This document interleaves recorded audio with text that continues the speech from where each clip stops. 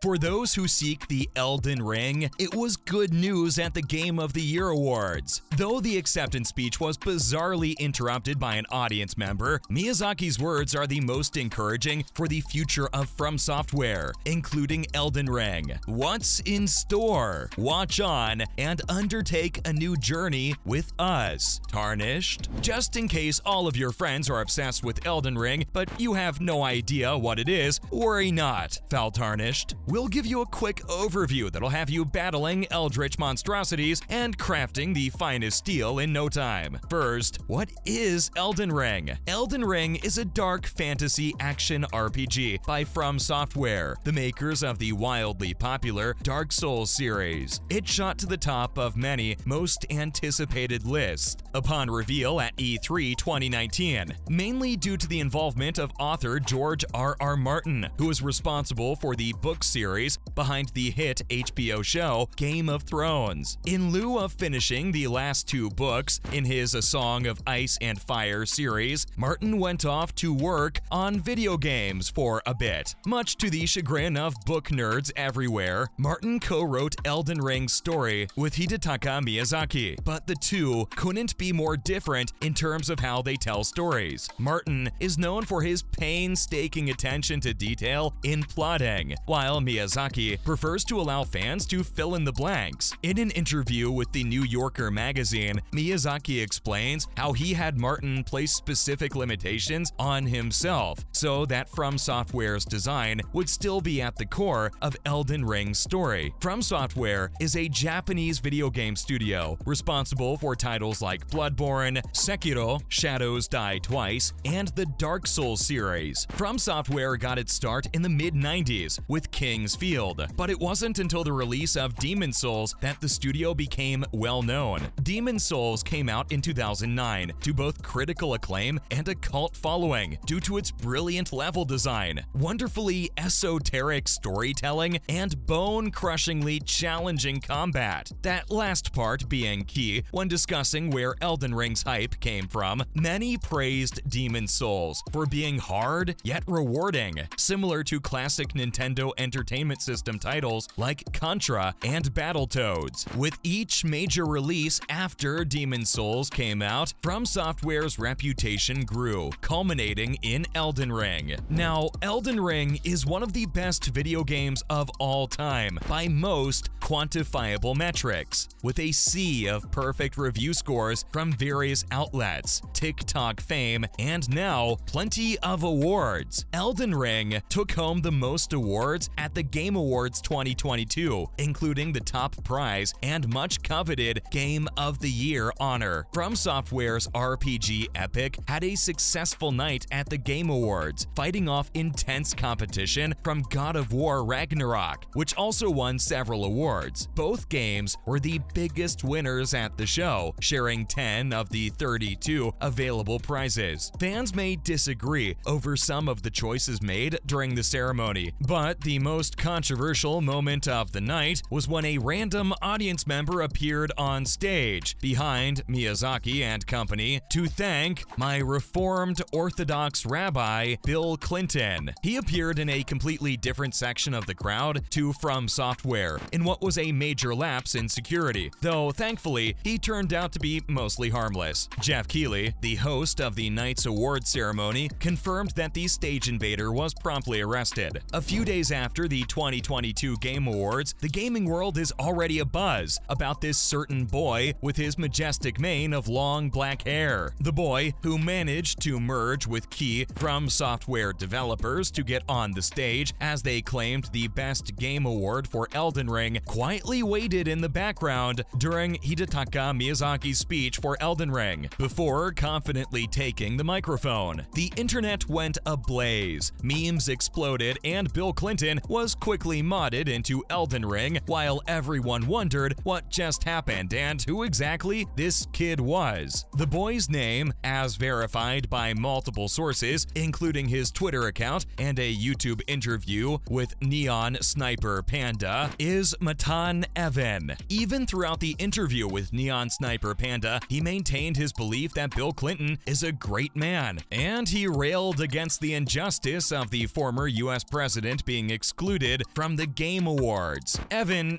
didn't talk much about games in the interview, but he did admit that he personally enjoyed God of War a little bit more than Elden Ring, which he thought should have won the award. Turns out Evan wasn't the only one disappointed at some point during the awards. Despite winning Game of the Year at the Game Awards this week, Elden Ring fans were disappointed when the reveal of DLC for the game was not announced during the ceremony. What exactly was announced in Miyazaki's winner's speech? It was confirmed on the stage that we would see more from Elden Ring, and now Bandai Namco is sending out an email with the following text to players. Congratulations to Elden Ring for winning Game of the Year, Best RPG, and Best Art Direction at the Game Awards. It's been an incredible year of gaming, and we thank the Elden Ring community for their love and support of the game. Stay tuned in the days and weeks to come, as there is more Elden Ring news that awaits. It's hard not to read this as evidence of more DLC to come, but it could be relatively minor things like the recent free Colosseum update. The fan theory is that From Software was too busy revealing Armored Core 6 to announce DLC at the show, and it didn't want one announcement to overshadow the other. Taking the statement quite literally, it could mean the news is between 2 days and 4 weeks away. Otherwise, you get into months to come territory. But keep in mind that the 1-year anniversary of the game is coming up and could be the time for an announcement, or maybe even a surprise release of actual DLC. Elden Ring is already behind past From Software titles in terms of DLC announcements, minus ones like Sekiro that never got any, as From Software's best-selling game by an enormous margin. It has always stood to reason that fans would be expecting substantial DLC. As we said, the game just released a free PvP Colosseum update, but massive PvE DLC is certain to be a paid edition. It's possible everyone could be let down if the announcement is of something like, say, an Elden Ring concert event instead of new DLC. What do you think is coming? Be sure to let us know in the comment section below. The appetite for DLC is massive, and it seems pretty clear that From Software recognizes that. So yes, lots of fans are expecting that's what this will be, but it's still a question of when the announcement will actually happen. Judging from past offerings, we predict that the actual DLC will arrive within 2 to 3 months of the announcement. Stay tuned, news is coming soon enough. Aside from being promised more from Elden Ring, we were also told that after more than a decade, the 6th game in the Armored Core series is here. Watch till the end for more details. As well as being a runaway sales success, Elden Ring has amassed 6